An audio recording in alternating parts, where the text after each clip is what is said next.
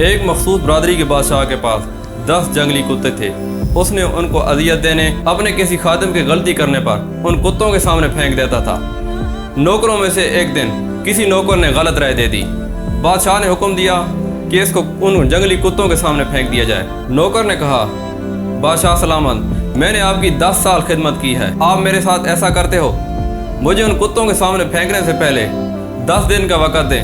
بادشاہ اس بات پر راضی ہو گیا اور اس نے اس کو 10 دن کا وقت دے دیا۔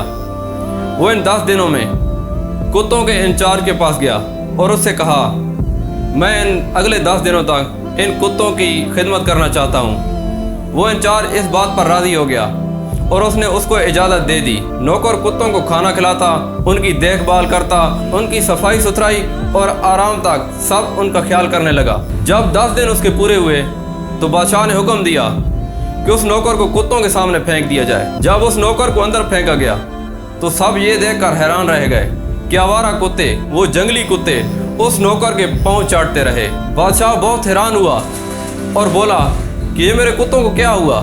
تو اس پر نوکر نے بادشاہ کو جواب دیا، میں نے صرف 10 دن ان کتوں کی خدمت کی ہے اور وہ یہ میری 10 دن کی خدمت نہیں بھولے۔ میں نے پورے 10 سال آپ کی خدمت کی ہے بادشاہ سلامت، اور آپ میری ایک پہلی غلطی پر ہی مجھے سزا کے طور پر ان آوارہ جنگلی کتوں کے سامنے پھینک دیا۔ بادشاہ کو اپنی غلطی کا احساس ہو گیا۔